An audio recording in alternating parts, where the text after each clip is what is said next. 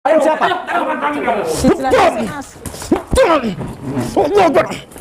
Apa? Bismillahirrahmanirrahim. Allahumma qad sifatnya segala semua sifat Allah.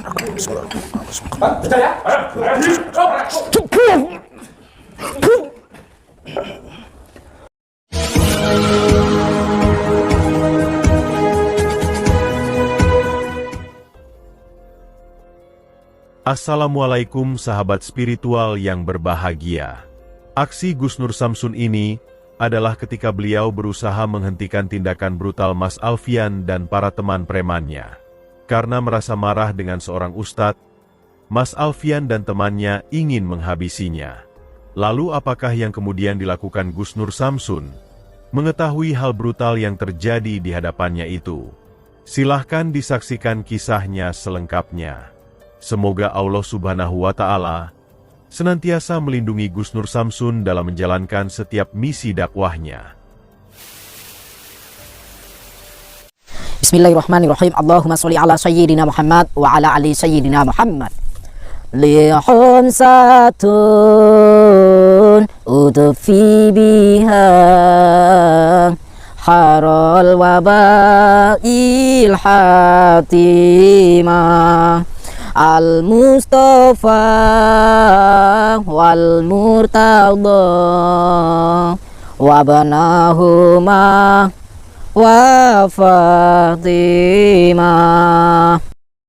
Lihum satun udfi biha harul wabail hatimah. Al-Mustafa wal-Murtada wabanahuma wa Fatimah.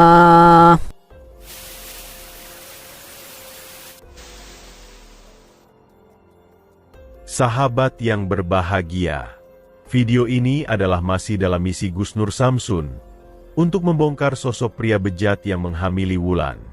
Ketika Gus Nur Samsun datang ke rumah Wulan dan bertemu Ustadz Hanafi dan istrinya, tiba-tiba datang Mas Alfian dan teman premannya yang ingin menghabisi Ustadz Hanafi. Seperti yang telah kita ketahui, Gus Nur Samsun cukup merasa frustasi tentang misinya untuk membongkar sosok pria bejat yang telah menghamili Wulan. Itu dikarenakan Wulan yang mengetahui semuanya tidak mau berkata jujur tentang orang yang telah menghamili dirinya. Di saat itulah Ustadz Hanafi yang adalah juga ayah tiri Wulan menuduh bahwa pria yang menghamili Wulan itu adalah Mas Alfian yang juga merupakan kekasih dari Wulan. Namun tuduhan Ustadz Hanafi ternyata malah memberikan masalah baru. Itu dikarenakan Mas Alfian mengaku tidak pernah meniduri, apalagi menghamili Wulan, sehingga membuat Mas Alfian marah dan kemudian ingin menghajar Ustadz Hanafi. Beruntung waktu itu Gus Nur Samsun bisa meredam kemarahan Mas Alfian, sehingga dia tidak sampai memukuli Ustadz Hanafi. Masalah itu pun semakin bertambah rumit. Namun ada hal yang kemudian menjadikan Gus Nur Samsun merasa curiga, yaitu ketika Wulan marah, ketika Ustadz Hanafi yang berusaha memarahinya. Wulan mengatakan bahwa ayah tirinya itu adalah Ustadz yang bejat, dan seharusnya ibunya tidak bersedia dinikahi dirinya. Bahkan dengan kemarahannya itu, Wulan kemudian kabur dari rumahnya. Gus Nur Samsun pun menjadi curiga dengan gerak-gerik Ustadz Hanafi. Bahkan Gus Nur Samsun kemudian berpikiran bahwa Ustadz Hanafilah sosok pria bejat yang telah menghamili Wulan. Dengan kecurigaan itu pula Gus Nur Samsun kemudian mencoba untuk menjalankan sebuah rencana. Gus Nur Samsun mencoba untuk mencari Wulan yang kabur dari rumahnya. Gus Nur Samsun ingin bertanya pribadi kepada Wulan, benarkah sosok pria yang menghamili dirinya itu tidak lain adalah Ustadz Hanafi ayah tirinya? Namun sudah beberapa waktu mencari, Gus Nur Samsun masih belum bisa menemukan Wulan. Sebab itu Gus Nur Samsun kemudian datang ke rumah Ustadz Hanafi untuk mencoba mencari kabar. Namun hal yang tak diduga itu kemudian terjadi. Tiba-tiba Mas Alfian kembali datang dengan penuh kemarahan. Dia membawa beberapa teman premannya untuk menghabisi Ustadz Hanafi. Lalu apakah yang kemudian dilakukan Gus Nur Samsun mengetahui hal yang demikian itu? Dan apa pula yang sebenarnya terjadi dengan Mas Alfian? Silakan disaksikan videonya selengkapnya. Kalau misalkan sampean sudah tahu anaknya, walaupun itu anak tiri, tapi mau nggak mau bagaimanapun itu kan anak sampean. Nah, sedang mengalami ujian hamil di luar nikah yang belum kunjung menjelaskan siapa sih sebenarnya yang menghamilinya. Nah, itu kan katakanlah itu masalah. Tapi dengan adanya jenengan kabur, tidak jelas, pergi kemana nggak jelas, istri nggak tahu, anak nggak tahu. Nah, itu kan sama saja menambah masalah. Yang artinya hidup mencari masalah, bukan masalah. Masalah itu untuk pelajaran hidup. Harusnya kan masalah untuk pelajaran hidup. Gitu. Tapi Gus, sinten ingkang tiyang nglampahi kados ngaten iki, Gus? Nanging Abi malah tindak, Wulan nggih mboten wonten. Nah. Wulan sampun minggat, Abi malah tindak. Lah kula piyambakan pi wonten dalem. Terus gimana kayak gitu tuh? Apalagi ya kan nggak jelas seperti halnya ya kejadian seperti halnya tadi malam lah, kemarin itu saya ngumpet di situ tuh ya karena saya pengen nguping, Pak. Saya pengen nguping. Kemarin itu saya pengen nguping pembicaraan kalian berdua. Karena saya curiga saja sampai kok kabur-kaburan itu ada apa, sampai itu pergi kemana gitu loh.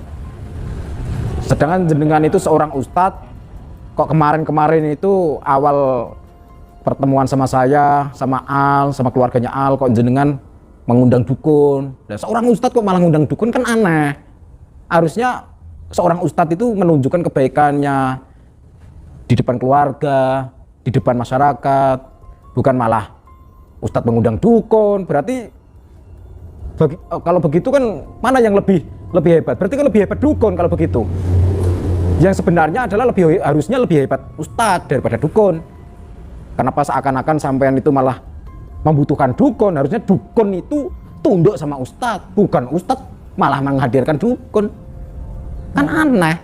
Oke lah kalau jenengan misalkan keahlian jenengan cuman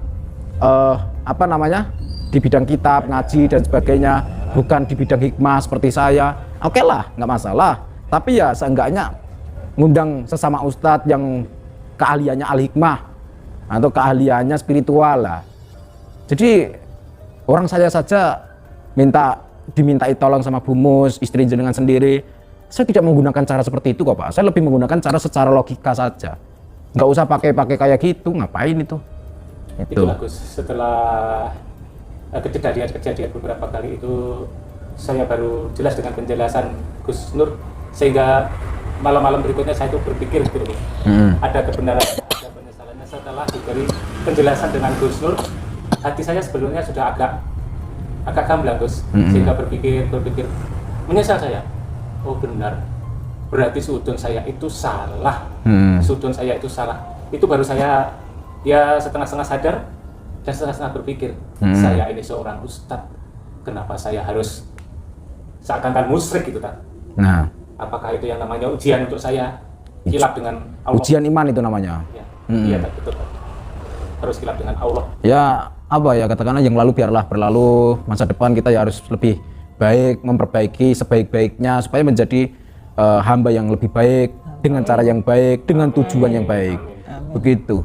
Iya Bu, kita selalu berdoa aja Bu ya, dan minta atas pertolongan. Tapi ini ada kabar tentang bulan belum? Wajib, Abi.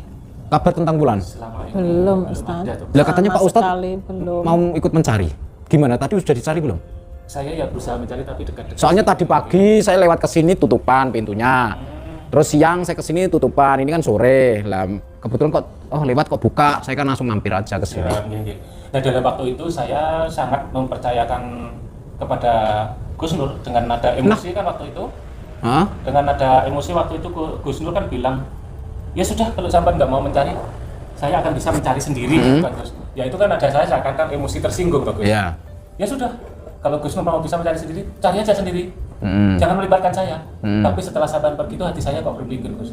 Seakan saya ini ikut mencari-cari. Ya, sampai iba lah. Ya, setelah saya cari di daerah yang mungkin ya tidak jauh lingkungan sini aja, pikir saya anak perempuan aja kemana tuh Gus pergi. Iya. Terus saya akhirnya mencari-cari, ternyata tidak ada jejak, tidak ada kabar.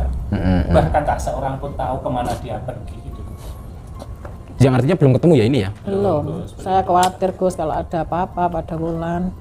Sedangkan kondisinya juga hamil, kondisinya Tapi kalau misal- putus asa. Ya kita kan takutnya kalau putus asa terus melakukan Iya, seperti itu. kemarin di Sudah kamarnya. mencoba bunuh diri seperti Nah. itu. Cerita ibunya kayak gitu, jangan-jangan ini nggak terlaksana karena terhalang oleh adanya orang sehingga dia kabur untuk mencari kesempatan gitu. Saya berpikir sampai ke situ. Makanya setiap malam kadang-kadang mana jejaknya, tetangga-tetangga, tanya teman. Ini saya minum ya Bu? Monggo. Oh iya, Mumpung- Bu, Sudah, gimana tadi sampai sudah, lupa? tak Mumpung, persilahkan. mumpung saya mumpung anget Pak. Monggo. Gitu. Nanti habis ini coba kita cari si Wulan ya.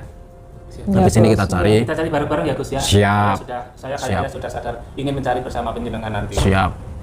Nanti kita cari bareng-bareng lah. Siap Gus. Muga-muga ya Bu, masalah iki kang iso Amin. udah. Ya, amin, amin, amin. Amin. Awakmu jojo lali taat dedonga karo sing kuwasa.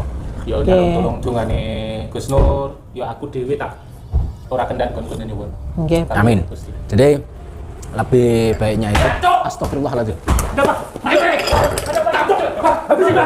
Mas, tolong mas. Mas, udah mas. Lepaskan. Udah lepaskan, jangan kayak gitu. Udah lepaskan. Lepaskan dulu. Udah lepaskan dulu. Lihatin ibu.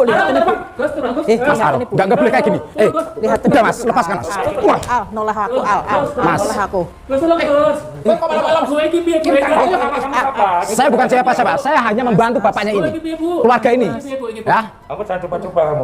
jangan coba-coba gimana. Jelasin, Udah, Mas. kalau begini caranya saya ikut campur urusan ini. Kalian siapa? Jelasin, Mas. Apa? Bismillahirrahmanirrahim. Allahumma qad sifatun sakatun sifatun Allah.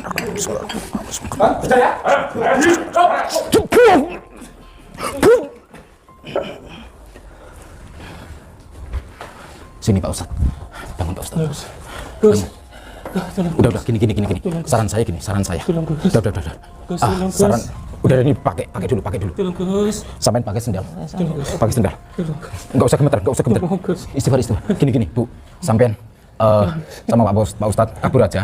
Minggir saja. Ini urusan saya. Ya, ini urusan saya ya. Doakan saya Gus. Iya. Terima kasih. Udah. Cepetan. Kalian itu enggak jelas. Mas Al, saya sudah bilang. Saya bukan siapa-siapa, tapi kalau saya diginikan ya saya nggak terima. Jangan nyolot kalian semua. Jangan nyolot. Ya, saya bisa sabar, saya bisa diam. Bukan berarti kalian seenaknya di sini. Ini tempatnya orang. Harusnya permisi. Assalamualaikum warahmatullahi wabarakatuh. Ketok dengan baik-baik, pakai sopan santun. Bukan seperti ini caranya amburadul seperti ini. Seperti orang jalanan, apalagi bawa-bawa teman kayak gini. Sampai itu apa sih Mas Al? Saya membantumu loh. Saya membantu keluarga ini juga. Saya tidak berpihak kepada siapapun. Mengertilah keadaan saya, mengertilah posisi saya Mas Al. Atau mungkin saya hantam aja. Kadung emosi, Mas. Emosi boleh emosi. Banyak-banyaklah istighfar. Supaya reda emosi itu. Sekarang kalau seperti ini mau bisa apa? Coba. Kalau ini tidak saya bebaskan, sampai kapanpun kalian akan seperti ini. Ayo. Ya, Bos, maaf, Bos. Nah, Mas. Maaf, ampun, Bos. Aku kalau kawan-kawan kilap lah. oke, saya maafkan. Khilafmu saya maafkan. Tapi jangan diulangi seperti ini. Saya mau tanya. Gara-gara ibumu meninggal. Bapakmu meninggal. Masa kamu akan seperti ini? Aku ngerasa iki sing mateni iku lanangan mau lho. Lanang asu mau. Gara-gara apa? Atas indikasi apa? Atas niat apa sampai punya pikiran kayak gitu? Sadurunge ra enak apa-apa iki. Sebelumnya, sebelumnya tidak ada apa-apa. Atau jangan-jangan sampai berpikir disantet gitu? Bisa jadi. Oke, saya tidak bisa melawan kalau itu. Cuman begini Mas, kita bertamu itu ada tata caranya, tidak seperti ini. Nggak boleh keroyokan-keroyokan kayak gitu, nggak boleh. Ada undang-undangnya, ada hukumnya. Nggak boleh kayak gitu. Saya bisa melaporkan, saya bisa memaafkan. Tapi di sini tolonglah mengerti posisi saya. Saya akan membantumu, saya akan membantu kalian. Keluarga ini, keluargamu. Saya kemarin sudah takziah di tempatmu. Dan Pak Ustadz itu baru pulang tadi malam. Gitu. Dan ini saya silaturahim ke sini karena tadi pagi saya lewat ke sini tutupan, siang lewat ke sini tutupan, sore terbuka. Ternyata apa? Mereka mencari Wulan juga. Wulan belum kunjung pulang. Jangan bikin runyam masalah ini. Itu. Jangan bikin runyam. Terus selama iki ku lanangan iku ilang ngendi? Saya nggak tahu juga dia lanangan Pak Ustadz itu pergi kemana.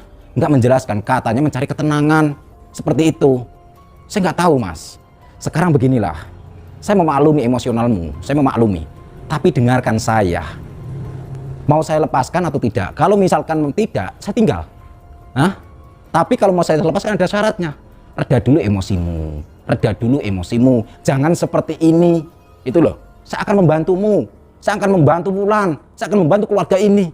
Saya tidak berpihak kepada siapapun. Jangan gara-gara orang tuamu, ayahmu meninggal seperti ini terusan. Jangan seudon dulu. Kita nggak boleh karena nggak ada bukti. Ini saya selidiki dulu. Paham? Paham. Nah, sekarang mau sadar nggak? Ya, Mas. Pulang nggak? Pulang ya? Iya. Habis ini langsung pulang ya? Iya. Janji? Janji. Bismillahirrahmanirrahim. Allah Akbar. Allah Akbar. Bismillahirrahmanirrahim. Allah Akbar. Sekarang pulang. Cari sepatumu, cari sendalmu. Nggak usah seperti ini. Ya. Ayo, pulang. Mas Alfian sangat marah kepada Ustadz Hanafi, karena menurutnya dia yang menjadi penyebab dari kematian orang tuanya. Gus Nur Samsun pun mencoba untuk menenangkan. Gus Nur Samsun berjanji akan membantu, jika Mas Alfian juga bisa diajak kerjasama dan tidak mengandalkan emosi dan kemarahan. Dan setelah Mas Alfian dan temannya berjanji, Gus Nur Samsun kemudian melepaskan tubuh mereka yang berdiri kaku. Lalu apakah yang kemudian dilakukan Gus Nur Samsun? Silahkan disaksikan di video selanjutnya. Terima kasih telah menyaksikan video dakwah yang penuh perjuangan dan keagungan ini. Ambillah sisi baiknya dan tinggalkanlah sisi buruknya. Tentunya kami juga berharap video dakwah yang kami sajikan ini bisa memberikan manfaat, juga bisa menghibur para sahabat semuanya. Putar tasbihnya dan baca solawatnya. Wassalamualaikum warahmatullahi wabarakatuh.